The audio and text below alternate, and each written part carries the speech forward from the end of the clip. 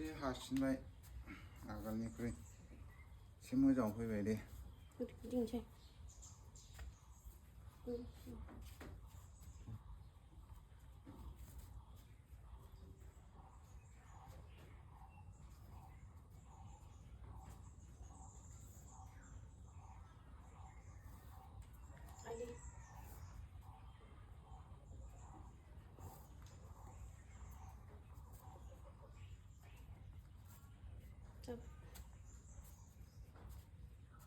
गसंनोसै दे। एसे हाबाय हारसिंनोबो गसंनो हाबाय एसे। आखाइया फुवारलाय थिखो गोजौ। आयौ गोलैसै थिनो जाबाय। लोगोफोर खुलुमबाय बयनिसिमबो। एसे मोजां जाहांबाय लोगोफोर। गोबाङानो गोबां माबा मोजां कमेन्ट हरदों। नोंसोरनि मोजां कमेन्ट मोजां लिरना हरनायखौ आं बयनिखौबो नायजोबदों। ओमफ्राय सोरनिखौ सोर रिप्लाय हरख'नो जालायलाङो। ओंखायनो भिडिअ'आव खोन्थानो सानदों आङो।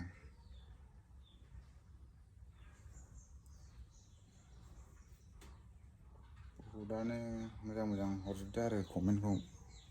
शेयारबो खालामदो भिडिअ'खौ।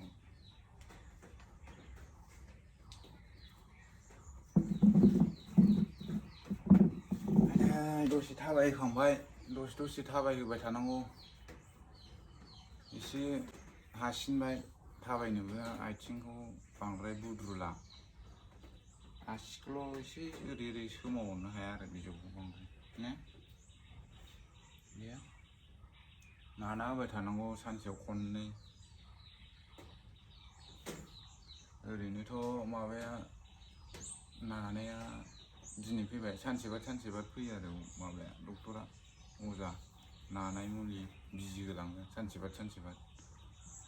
गाव नाना होलांबाय ओमफ्राय सानसे बादखौ आं नाना होनांगौ सानसेयाव खननै मालिसा।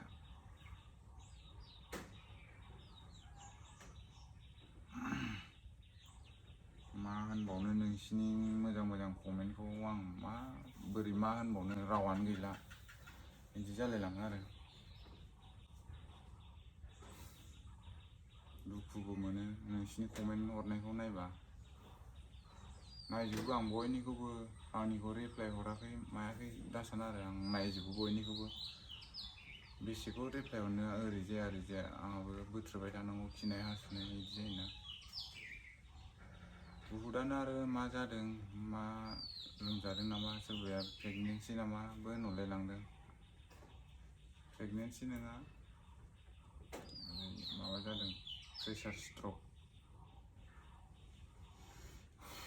मारै जानाय होनोबा फुङाव गाव सिखारनानै मोखां आरि सुबाय माने संनो खावनो आंनि खामानियाव थांनो संनो खावनोसो लाहार फाहार खालामहांदोंमोन आरो।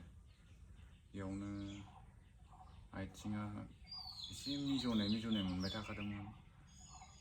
ओमफ्राय बिदि जागोन होननानै माबा सानथ'वाखैमोन आरो जों बोरै अजानिथिंसो थांदोंमोन जारि जानो होननानै। ओमफ्राय जारि जाहैबायबो बिदिनो फुजाफोरबो हैबाय थांनानै। ओमफ्राय उनाव बारा गासिनो हाला।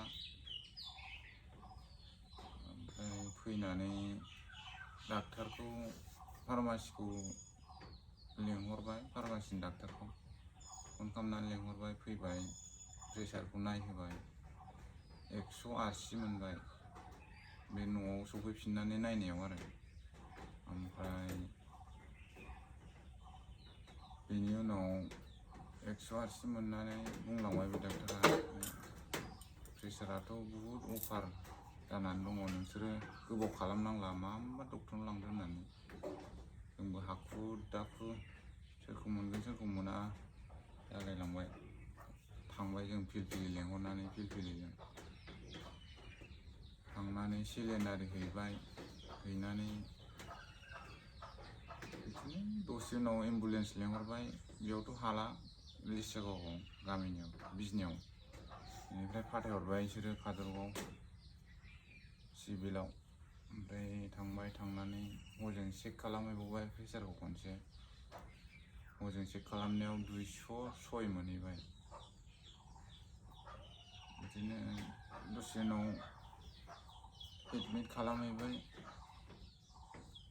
गोजौआव लांनानै सेलेन आरि होबाय बेयावबो एसे खमायहैबाय आरो दा साननै थाहैदों जों हस्पिटालाव हरनै बिनि उनाव खमायबाय एसेबो मोजांबो मोनबाय आखाइफोरखौ मिजौनायफोरखौ थाल मोनिखौ एसे थाल मोनबाय दांनाय मानायफोरखौ नङाबाथ' बे खावसेया सेस दांबाबो थाल मोनामोन आरो बेनो खावसेया दांबाबो मानसि दांबाबो थालखौनो मोनलामोन आरो ओमफ्राय अखानायै साननैनि उनाव अखानायै बेलासि 4टासोआव रिलिज खालामबाय आरो फैनानै न'आव फैनानै दा सानबासो जाबाय ना मालिस खालामनाय बिजि होनाया 10 दिन 11 दिन गासै 11 दिन जाबाय ना 11 दिनजोंनो एसे 11 दिनाव सानबैसे जाखो जों न'आव फैनाया 9 दिन जाफैबाय होमबाबो नाग्राखौ थाब मोनाखैना नाग्राया साननै ना मानि उनावसो मोनदों 6 दिनसो जाबाय खोमा दिनैजों 6 दिनल' जादों नानाया बेयावनो एसे थाबायनो हासिनबाय आरो आथिंफोरखौबो सोमावनो हाबाय सोमावनायलाय ओरैनो जिरायनायाव बिदिखौनो हायामोन फोलावनो आखाइफोरखौबो बिदि थिखोनो हायामोन दा हाबाय आरो एसे सिख्रबनाय मानायफोरखौ फुवारनाय बिदि आसिखौ ओरै खालामनो हायामोन ओरै सिथाबाय थायोमोन एसे ओरै फुवारथारनो हायामोन आरो बेनिफ्राय ओरै खालामनानै एसे ओरै हायोमोन आरो दा हासिनबाय ओरै खालामनो एसे आराम मोनबाय दा मा होनबावनो रावानो गैला नोंसिनि अननाय इसोरनाव आरज गाबहरनाय बिराद मोजां कमेन्ट हरदों आरो नोंसिनि कमेन्टखौ नायबा जोंबो मोदैसो ओंखारलायलांफायो गाबनो ओंखारो माथो खालामनो जानांगौ लागायानो बेनोसै होननांसिगोन लोगोफोर दा मा होनबावनो नोंसोरखौ मा रावजों मा बुजायहरबावनो नोंसोरबो जि मोजां इसोरनाव आरज गाबना हरबाय मोजां बुहुदानो आरो मुगावलां ओरैबायदि खालामहै होनदोंमोन आं बेखौ मालिस खालामनो फैनायनि सिगां आं कन्टेक्टबो लाखादोंमोन ओमफ्राय लांनोबो सानदोंमोन आरो ओमफ्राय ओरै रायज्लायखाबाय बेखौ ओमफ्राय बेबो बहुद मानसिखौ फाहामबाय आरो बिदिनो पेरालाइसिस जानायखौ थाबायनो हायै राव रायज्लायनो हायै बेबायदिखौ बहुदखौनो फाहामबाय बेखायनो बेबो गाज्रि नङा दा बेजों एसे मोजाङाव फैदों ओंखायनो दा बेजोंनो नायबाय थानोसै मास मोनसेखौ जुदि उनाव माबा मोनसे जाबा जाथारा बायदिबा बेलेग बेबस्था खालामसै जायखिया बेबो बहुद मानसिखौ फाहामबाय आरो फाहामनायालाय बे दा जों हमनाया आरो हावरागुरिनि ओरै जोंथिंनि माबानि बलांगुरि साइडनि हावरागुरि होननायनि बांगाल मोजां अजायालाय मोजाङालाय बहुदखौनो फाहामबाय माबाफोर सोंनो लागा दंबावोबा सोंहरनो हागोन आरो कमेन्टआव मोजां कमेन्ट खालामहरबानो जाबाय नोंसोरो एसे नोंसिनि कमेन्टखौ नुनानैबो जोबोद गोजोननाय मोनदों आरो जों दा जोंनाव बिसिनि कमेन्ट मोजां इसोरनाव आरज गाबनायजोंसो आङो बेसेबां हामनानै फैबाय 10 दिनजोंनो रावानो गैला जालाय रावानो मा बुंगोन जाहरो आरो नोंसोरखौ रोजा रोजा साबायखर थाबाय लोगोफोर नोंसिनिसिम जोबोद जोबोद अनसायहरनायनि थाखाय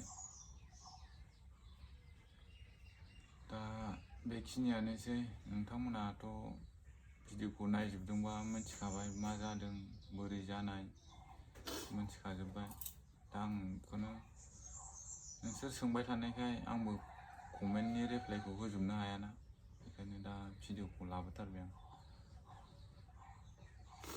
मोनलांबाय थागोन बिदिनो थाबायनाय मानाय हासिननायफोरखौ देखायबाय थागोन आं ससेबाबो संनाय खावनाय दा आंहासो ओरैबो जाया ओरैबो जाया